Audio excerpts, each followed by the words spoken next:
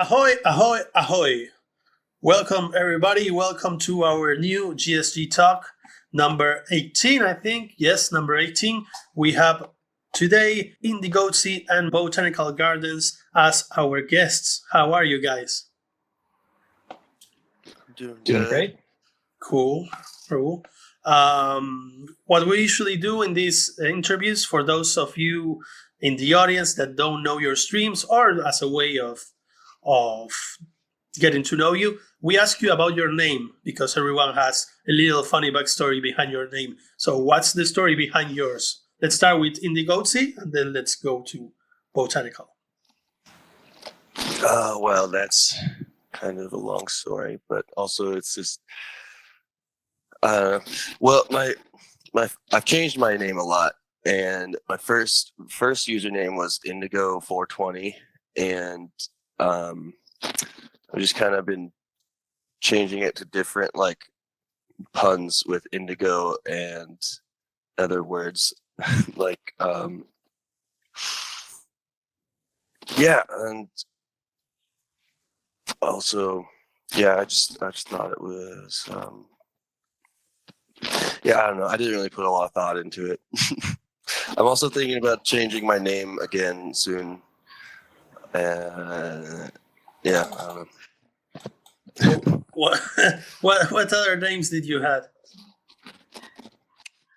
Well, I had Indigo 420 and Indie LFG, which is like Indie Let's Fucking Go. And then I spelled it with Indigo with Lee, which was like 1ND160.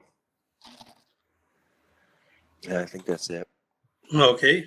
How about you? How about you, Botanical Gardens? Do you love gardening, or what's the story? So I'm a big RuPaul's Drag Race fan, and A big what? Sorry. At work, big fan of RuPaul's Drag Race, the TV show, reality show. Oh, okay. And I had a friend at work who was really into it, and he said, if you were ever a drag queen, I think your name should be Botanical Gardens, because my nickname is Bo. And so I was like, I kind of filed it away, and I was like, well, I don't think I'm ever going to be a drag queen. But when I started streaming on Twitch, I was like, oh, I can use that name. And so that's how I ended up with Botanical Gardens. My wife loves gardening, but I'm mostly manual labor in the garden.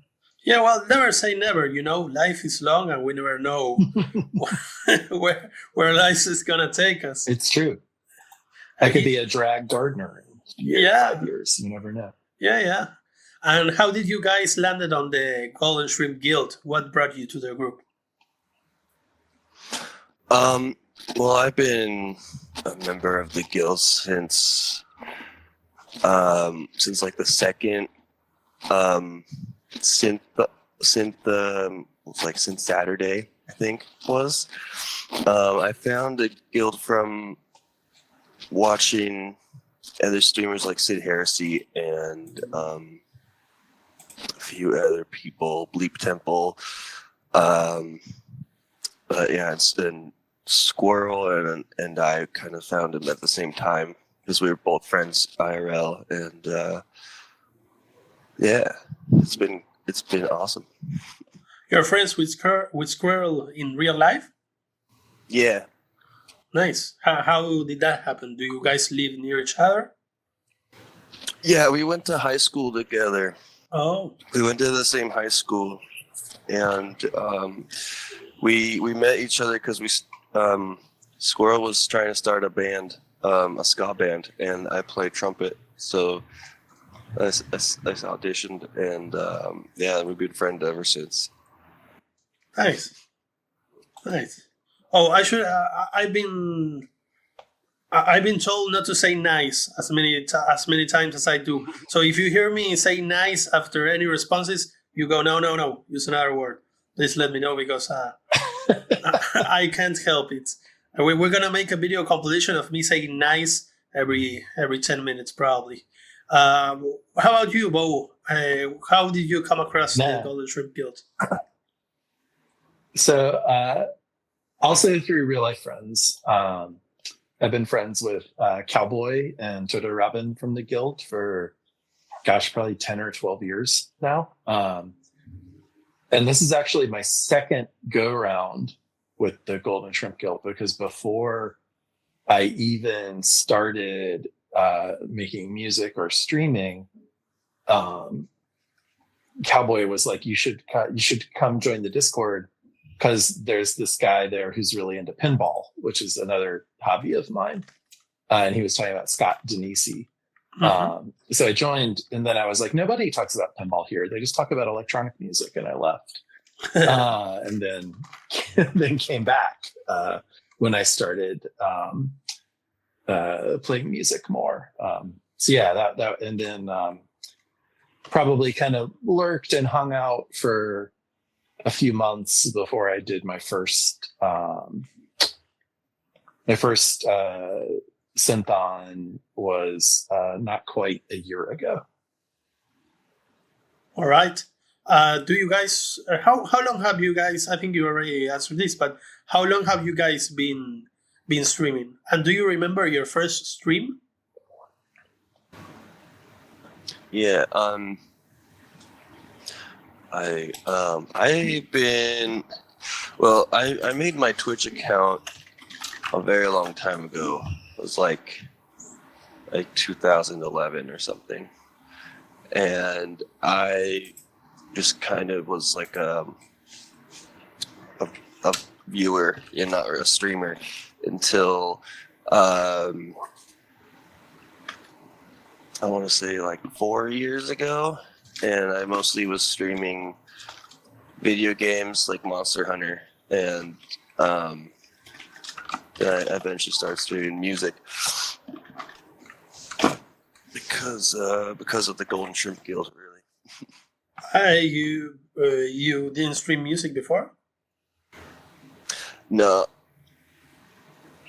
I just didn't really think about it, because at first Twitch was really mostly for gaming, and then when like the pandemic started, it got really the music scene kind of exploded on Twitch, and then I started seeing more music streamers, and it kind of like inspired me to do it too. Okay. I was about to say nice, but I restrained myself. Okay, that's good. I'll say it for you, because nice. Thank you. I can be like your hype man. I'm your nice man. Yes. Thank you very much. How about you, Bo? How long have you been streaming? And do you remember your first streams? Yeah, I've been streaming for a little over a year. And I do remember my first stream, mostly because like I was trying to just like test things out, and make sure things were working. And so I just went live without telling anybody. And actually like a couple of people showed up, and I was like, whoa, this is weird. Like I fully expected to be completely ignored if I didn't do some kind of promotion or something. So it was very validating. But yeah, my first stream was probably like late at night, just screwing around. I remember I had just gotten my Pulsar 23, and I was screwing around with that. So that was my first stream. Was that stream fulfilling? I mean, did you feel good after doing it, or was it awkward? How was that? I mean, they're still awkward. That hasn't changed. But yeah, no, I mean, I would say it was like, I think I realized that, basically as long as you have like some kind of visual, even if it's just a crappy webcam in a poorly lit room pointed at a machine and some kind of audio, like you can do it. And some friends who were streamers also gave me some good advice, which was to go back and look at their first streams. And then I was like, oh, okay. Like they look just like I did when they first started too. I think like you see people who've been streaming a long time and it seems very intimidating. But if you go back and you look way back in their archive, you see that like they probably just started with one webcam and maybe one OBS-C, and not a lot of gear. Well, we covered that topic a lot of times here on the talks about how to prepare for your first streams, and no one ever said that. I think that's very clever, just to get a hold of other people's first streams, like to understand the humbling side of it. That's very clever. That's a good advice. Well, I'll give a shout out because I see her in the chat. That advice came from Toto Robin. Yes. We love Toto. If you love Toto, please state it in the chat. This is your moment. And also, if you have questions for our guest today, please do it. I've seen a question from Bus Mugelar. We will get to that. But also, if you wanna feed us some of your questions, you can do that, dropping them on the chat. And Bus Mugelar is actually segueing into our next topic, which is gear, which it's the topic that most of the people in the Golden Shrimp Guild, I think, share. What's your gear? How's your gear set up in your streams? Can you walk us through your wiring? Yeah. Well, right now, I'm just using I've got the RC505,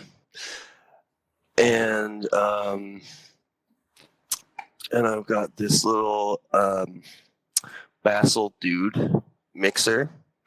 It's like a micro mixer or something. It's got like, instead of 1/4 inch inputs, it's 3.5, which is I got because of my Volcas. And I have a Volca Beats, Volca Bass, Volca Sample, Volca FM, and Volca Modular. And right now that's all I'm using because I need to get a MIDI through box for my other devices, which I've also got the K-Oscillator Pro and the KP3 Pro. Which one is your favorite piece of gear? Which one is the one that you use all the time, or the one that gives you the most happiness? Probably the Volca Bass. Okay, can you show it to us? Yeah, it's it's right here. Let me see if I can pick it up. Yeah. Can you see it very well? Okay, kind of. This guy? Oh, yeah. That's like a little piano, but it's a touch. It's touch related. Like you touch the keys with your fingers. Yeah, it's like a ribbon thing. I forget what it's called. Yeah, and all the Volcas are like that. I like the bass though because it's very it's got a good sound. Yeah. Okay. A good 303 sound. Okay. How do you? It's the first. Oh, sorry. It's the first. Yeah. It was also the first piece of gear that I bought. Okay. There's sentimental value in it. Yeah. That's awesome. Cool. How about you, Bo? Can you show us through your room? We can see there are some things in the background. Yeah. So I don't have enough like I don't have my space set up so that I can have everything wired up all the time.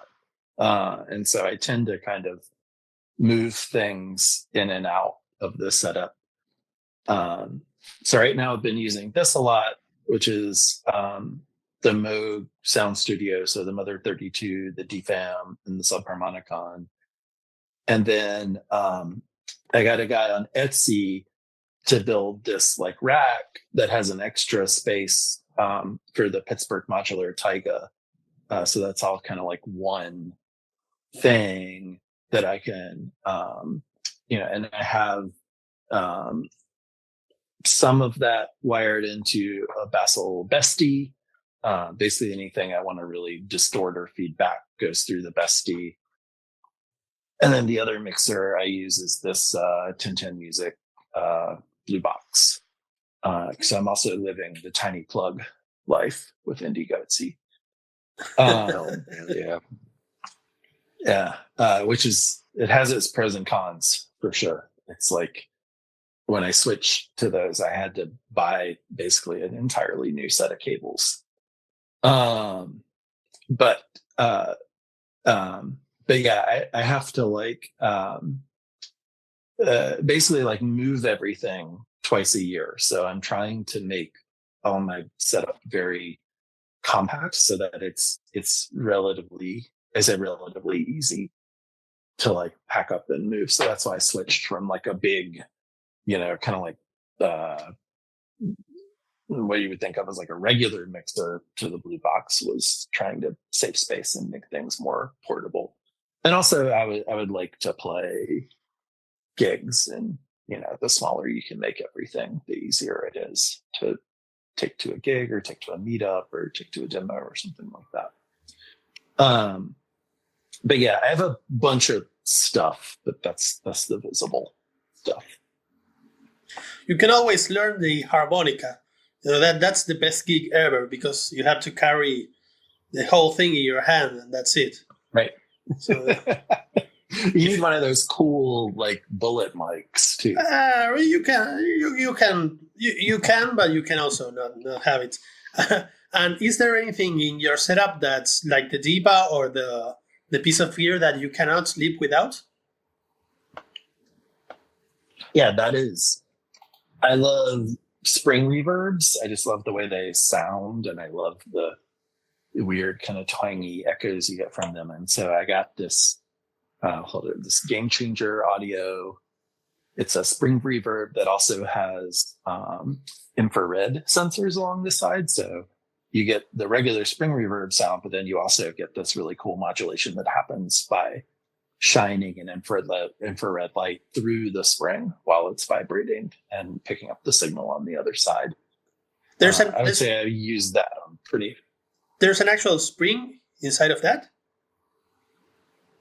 Yeah. It's like a real spring reverb tank inside. So you can also just pick it up and shake it, or bang it up and down, or like beat it like a drum and get all kinds of good noises from that. Wow. But yeah, I just, it's not that I'm not some kind of weird analog purist. I use digital reverbs too, but I love the way a spring reverb sounds. Yeah, well, that's like a debate. I don't know if it's a debate in our community because everyone says synth fun, but the conversation between how do synthetic sounds actually sound versus what the analog sounds sound like, that's a big conversation in sub communities. Does that cross your mind? Would you prefer to have some analogic things, or is it the same for you?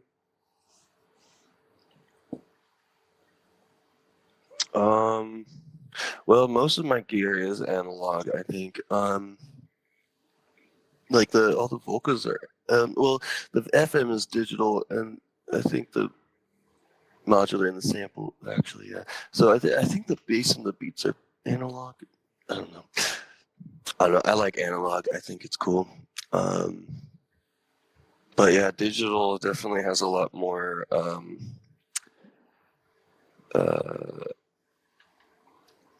I don't know.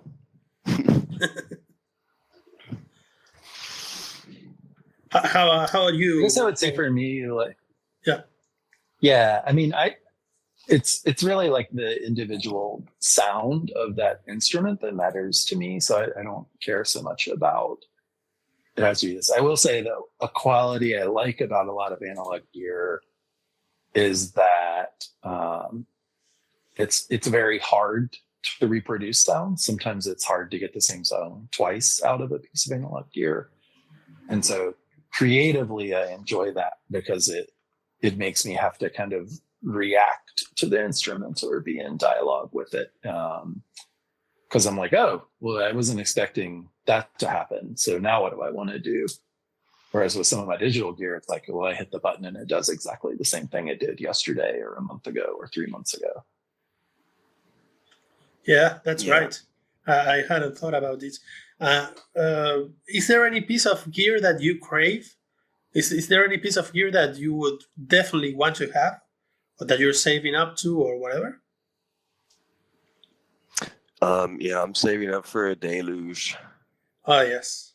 And from deluge. I've also been wanting to get the Soma pipe. It's like an air controller synth, and I think that'd be cool since I played the trumpet, and it's kind of like a little saxophone thing, but it's got like a mouthpiece that you just blow into. It looks pretty cool. Well, what else? Yeah, I think we have a member called the Breathalyzer that uses one of those. Mm-hmm. Yeah, they're really cool. I've been wanting to get a new microphone. The Aston Martin Origin microphone is really cool. It's like $400 though. I know everybody says they like, was it the SM7B or whatever it's called? It's like the really good microphone, but the Aston Martin one looks just really cool. And yeah, I don't know. Okay. How would you, Bo? Oh gosh, I had something in my mind and it just evaporated somehow. The deluge seems to be a constant. Like a lot of people. I think. Yeah, sorry. Yeah. Well, I remember. I mean, basically everything Soma Labs makes, like, I won't be content until I have, kind of like Pokemon, until I have them all. And then, I mean, I think like the biggest like category, you know, it's less like a particular thing and more like a category. I guess the particular thing would be the Make Noise, their sound and tape machine pre-built system they sell, but the thing that I want but haven't dipped into yet is just modular as a ecosystem. You know, the idea of building my own instruments. I just haven't done that yet, but that's definitely something that I spend a lot of time thinking about anyway. Right, because when you're using modular synthesizers, where they are called modular because you can use them as models and you can put one against the other and just wire things through, and it never ends till you're poor and broke and you you have a very large debt and you cry, but you have a very cool rack of modulars. Have you seen anyone that has that kind of setup and that really pulls it off? Because I've seen a lot of people with very big modular setups, but they can't do it. They can't squeeze all the juice out of it. Have you seen any artists that with modular setups create very cool music? Yeah. One person comes to mind. His name's Colin. Can't remember his last name right now, but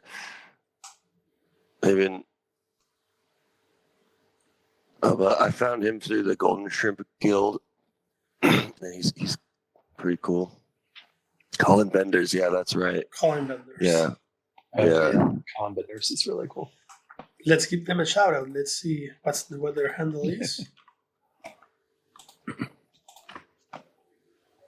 Yeah, it's got a pretty cool setup. Yeah, I don't really know much about modular. I have a modular synth, the Korg MS-20 Mini. I haven't really used it much because I just don't know what I'm doing. It must be hard having all those buttons and all those cables.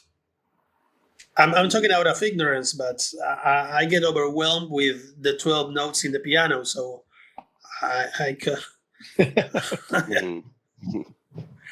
How about you, Bo? Do you remember anyone that uses modular synthesizers and has given a good impression on you?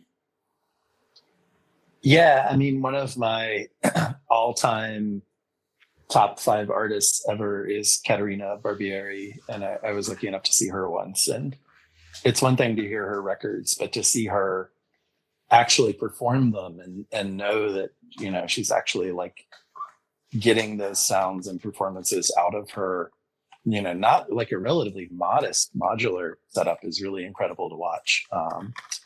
And, you know, she's probably got an octatrack or something in there and some samples, but, you know, she was definitely performing the music. That was something really special to watch, and I was really impressed by it. And as far as people who stream, you know, I always love watching Sander Klepper's streams, and he has just this room, but he's able to just kind of bop around this room and make these incredible sounds in his streams, and it's really fun to watch. Which one is that? Sorry. Sander Klepper. Ah, yes. The Waza guy. Yeah. Yes. We love Sander in this. We're trying to get him for a talk. We'll try to convince them. Oh, I would love to hear him talk about his setup. Yes. He's the spaghetti guy. He always jokes around that he either makes techno or spaghetti. Right. Spaghetti, given all the wires he's been having. And besides modular, are there any artists that are from the guild, that are outside of the guild, that have inspired you into streaming, or that inspire you to this day? That when you're feeling like, oh, I need to see something that's very cool, and you go to them. Are there any of those in your mind? Yeah, I really like beatboxers, and that's something that I kind of want to do sometime, get good at. But I like Beardy Man.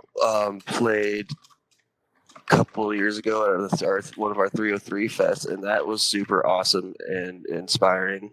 Yeah, I like Beardy Man and like Reggie Watts and Mark Riblet. A lot of like beatboxers. I can't think of any other names right now, but there's quite a few of them. All right. How about you, Bo? Do any artists come to mind as inspiration? I mean, I have to like limit it some. So I think in terms of inspiration for streaming, I'm part of a Ray Train on Mondays with some folks from Anarchy and Bedrock's Discord server, and those folks always inspire me. It's primarily focused on noise, and both the music and the visuals. I find, especially the visuals, I find on that stream, on that Ray Train, always super duper inspiring. And I've actually bought a couple of pieces of gear from Echo Lightwave and Speakable, who's on there. He makes his own gear and circuit bend stuff and sells some things on Instagram. So yeah, I think in terms of streaming, that's what I find inspiring. And outside of streaming, I mean, I'm a voracious music listener, so I could be here all day naming names, just everything. Well, but that comes up as a subject we've never tackled before, but that makes a lot of sense to talk about the visual aspect of this thing, because we are all musicians and we love music, but Twitch is a mainly visual platform. How do you guys manage that? Every time I've talked in private with a musician about this, they've all told me that it was a struggle in the beginning, like picturing how to create a visual sense of their music. How did you guys solve that in your own streams? I don't think I really have solved that yet. I still working on that. I don't really know anything about visuals. I just like I do like a Luma key on my webcam and then put like a video behind it, and that's it. And where do you get those videos? So what kind of videos do you use? Well, I've mainly been using this video that Actatech made in the like really early days of Synthon. It was for like one of the 303 fests, I think, because it's like an acid psychedelic like video. Uh, yeah, I just pulled them from the GSG website usually. I know that there are some videos to graph on GSG website. Yeah, I think it's in like the branding section, or yeah, Nice. they have like flyers you can download, and I think there's some videos too. We can actually. This is a new thing I'm trying to add to the format of the program. But check this out. Oh yeah, nice. Yeah, it's just Synthfest. It's pretty old because it's Synthon now. I need some new visuals for sure. No, it's Luma Key, which is like Chroma Key, but instead of filtering out color, it filters out like brightness and darkness. So you can like my wall behind me is just really white, and so the sun shines on it. I can just filter that out.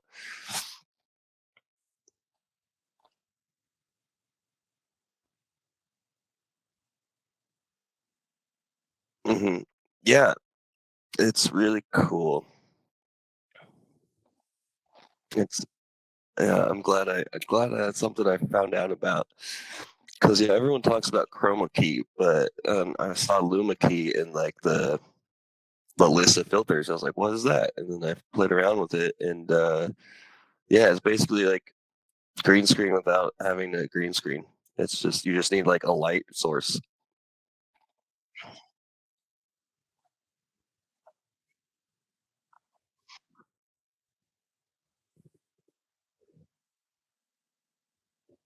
Yeah. Or you could also filter out darkness, like so you could shine a light on you and then have everything else in the room dark, you know. Great. That's a nice solution. I knew this question was gonna capture some interesting facts. Hmm. Wait, there we go. Oh no, there we go. How about you, Bo? How did you struggle with the visual aspect of your stream originally? How did you solve it? Oh, it doesn't have my audio. Oh, I'm sorry, Pera. I didn't say anything. I didn't say anything interesting. So you missed absolutely That's not nothing. true. Mm-hmm. You missed everything. He actually revealed the secret to enlightenment while the video was playing. Hmm. Indy and I now have it, and the rest of you don't. Which isn't that what enlightenment is all about? It's mine. You'll have to follow them to find out. Right. Yeah.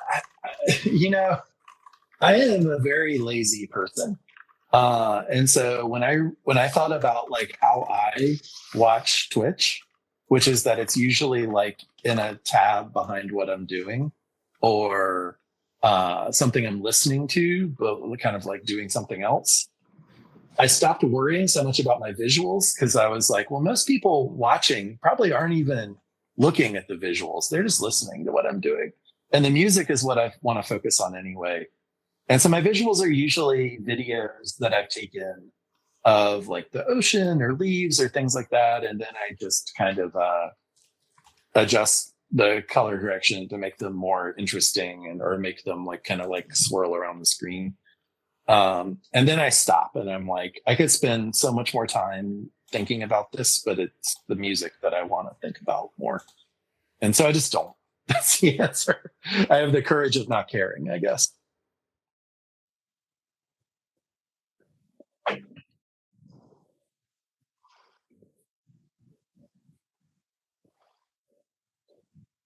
Oh yeah.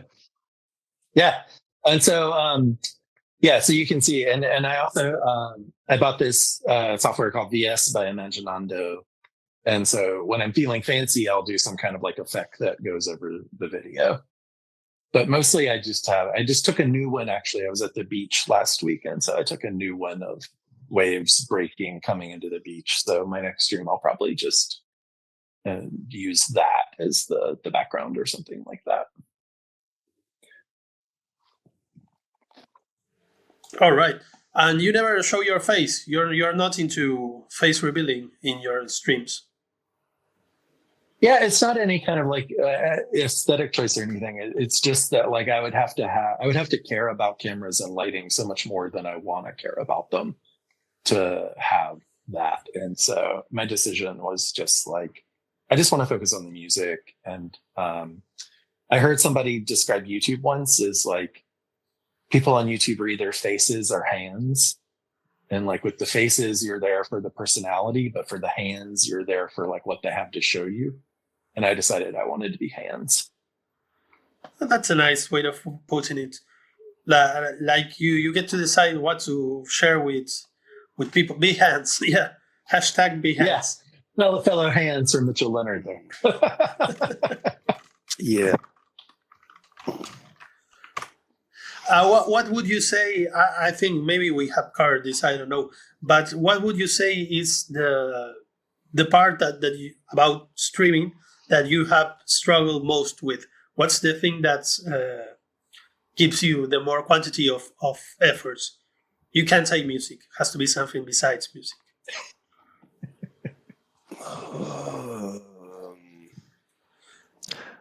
I don't know. Well, in the past, it was because I was too busy working, but now I don't have a job, and that sucks. But now I'm real busy looking for a job, and so yeah, I guess just tough free time. But I don't know if I should use that as an excuse because I have a lot of free time right now, and I'm just not really using it well. I need to. I definitely. Yeah, I have ADHD, and prioritizing things and organizing things is probably my biggest struggle. Yeah. Mm. All right. How are you, Bo? I mean, the biggest struggle, right, is always perfectionism. Just like feeling like I have to like practice something a little more to stream, or not have things set up exactly right so I can't stream, or anything like that. So getting past that is always the first hurdle. And then for me, that's probably tied with like technical difficulties. Just like, do I have things set up or that? And like right now, my I think I've got everything working again, but my mixer died like 5 minutes before my last stream, and so I had to, which was actually like a good example in the end of like, well, I just like got a few things plugged into the Bestie and went in, and I had a great stream. And so experiences like that kind of counterweight the perfectionism and consistency. Like I feel like there are definitely people who ask me like, oh, when do you stream? And I'm like, well, kind of whenever I feel like it. So having a more consistent stream schedule would help with that. Do you guys have any blooper anecdotes to share besides what you have just shared? Have you guys messed up live? I know you have. We've all had. Yeah. Like, can you share the I don't know. I'm not really sure. Like, other than like,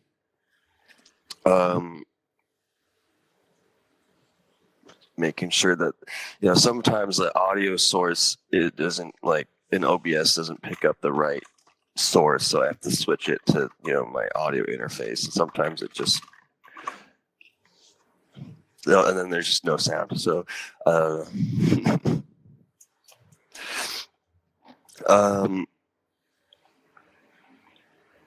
so yeah, whenever I turn it off or on, it like I guess like switches back to the default setting. So I just have to make sure it's set to the RC505 whenever I start streaming. All right. How about you, Bo? Have you ever messed up live? Constantly. I think my biggest blooper source is not really. I don't want to say understanding because I know how it technically works, but just screwing up cues. And so having stuff I think is going just to my headphones actually go to the stream. Having stuff I think is going to the stream happening just in my headphones. There have definitely been moments in both directions of like realizing that the thing I think sounds amazing, nobody has heard, or everybody has just listened to me browse samples for 10 minutes. Yeah, that reminded me of there's was times where I've had like movies playing in the background of my stream as visuals, and then like I didn't realize that the movie audio was playing because I can't hear it in my headphones. Yeah. So I've like 100% done that. like everyone could hear the movie except for me. It's like Yeah. OBS has this thing where it doesn't return the audio signal. That's very annoying. You can set it up, but it doesn't do it by default. I think we've all at some point have that as a problem. Remember, everybody, that if you have a question for our guest today, you can drop it in the chat. I believe there hasn't been the only question made today was by Bus Müller, and we tackled that. But if any of you have any other question, please throw it. Let's plug your streams. Do you have anything planned for the next week so people can go and see you? Not really. I think I'm today. I'm playing Shrimp Sunday, but I don't really have anything after that planned yet. I'm gonna try to do weekly streams on Sunday now, though, at least, and hopefully more. But still searching for a job, which is taking up most of my time. All right. How about you, Bo? What do you have coming for next week? So tomorrow, Monday night, at 6 Pacific, 9 Eastern, I'm doing a noise stream as part of the noise ray train that Anarchy and Bedrock organizes. Yes. And that'll be the next time I'm online. I do that pretty consistently, usually at like 8 Pacific, 11 Eastern. Toto Rabin and I swap out for that slot every other week. Hey, but, That sounds like something. Sounds like something I'd like to join. Yeah, check it out. I think it's open. You have to join their Discord and present yourself, and I think it's a very open train. How do you manage to? This is a very personal question. How do you manage to do a noise set and not get mad after the first hour? And not get what? Mad, the drop into the abyss of insanity after hearing 1 hour of pure noise. I've never understood that. I don't know. I think I'm already just always kind of in that mindset. I mean, like when I'm playing music, like the whole thing is just messing up and bloopers and making noise, and that's pretty much all it is right now. It's not really that musical. Yeah. I don't really associate noise with anger. To me, it's just another texture, and I think at least in my own streams, there are people who 100% will just do an hour of like harsh noise wall. I usually kind of dip in and out of that, or play with dynamics. But usually my noise stream, like the one kind of guiding rule I have for it is that if something starts to sound pretty, I need to change it. Uh-huh. So, lean away from making that's a rule I picked up from a guy named Bill Miller. Like, lean away from things starting to sound pretty. Like, start to think about, okay, what what's another choice I could make? Right, as an aesthetic choice. Yes, Mitchell Leonard is right. I was referring to madness as opposed to sanity. Madness, not crazy. I mean, yeah, I don't know. I think I do feel a little mad whenever I'm streaming in that sense. Fragile is making a good parallel concept where it's like ambience. Like you get into the state of mind. Yeah, I can understand that. I can understand it in that way. We had a question from Mitchell. He wants to know, what is your favorite thing to do after streaming to wind down? I know streaming can be a little stressful. We all get that feeling. So what do you do when you have a very stressful stream or a little stressful stream? I usually smoke weed. Yeah. I was like to gonna say, smoke some weed. yeah. I mean, I have a beer. I usually have a beer during my stream, and then I have another beer after my stream. And Yeah. I guess I'm a little bit like a 70s English rock musician that way. It's probably not the most physically or mentally healthy way to calm down after a stream, but or eat something. Yeah. I also like to go outside and like get some fresh air for a few minutes and Oh yes. yeah.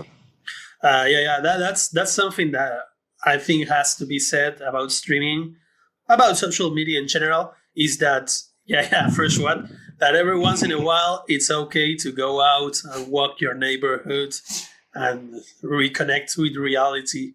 That always helps. If you're feeling stressed, or if you're feeling mad about something you've read on Twitter, or if you feel sad because someone blocked you, there's always fresh air. That's always the solution. So, guys, this has been fun. Do you have anything? We have maybe 5 minutes before we go to the next set, which I will be playing. So we will be finishing this a couple of minutes earlier. But do you have anything that you would like to add, or do you have anything that you would like to mention in this talk that we haven't tackled? I should have wrote some stuff down because I don't remember. I can't think of anything right now. Okay. That's We can okay. talk about playing trumpet. I used to play yeah. trumpet too, and I actually ended up like playing piano and then streaming because I tried to play trumpet again after 20 years, and that's just impossible. Like when you lose that embouchure, you can't get it back, man. I was like practicing, and just all I could think about was like how shit I sounded compared to how I used to sound. I was like, I'm going to learn to play piano because like you don't have to like spend a year just redeveloping muscles to play piano. Yeah. Yeah. The same thing happens with stringy instruments that are not fretted, like violins or that kind of instrument. If you put them down for a couple of years, you're back to square one. That's very difficult. What's your you already answered it, botanical. But what's your favorite instrument, the Indigo T? Oh, okay. There's so many instruments. I need to think about this for a second. Theremin's pretty cool. So Okay. you don't have to touch it. Yeah. Yeah, theremins are really cool. Franchelli throws an interesting question: is how much emphasis do you guys put on musical theory? That's an interesting question.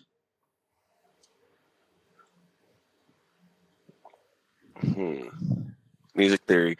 Well, I spent a lot of time learning music theory when I was playing the trumpet, and now when I'm streaming improv electronic music, I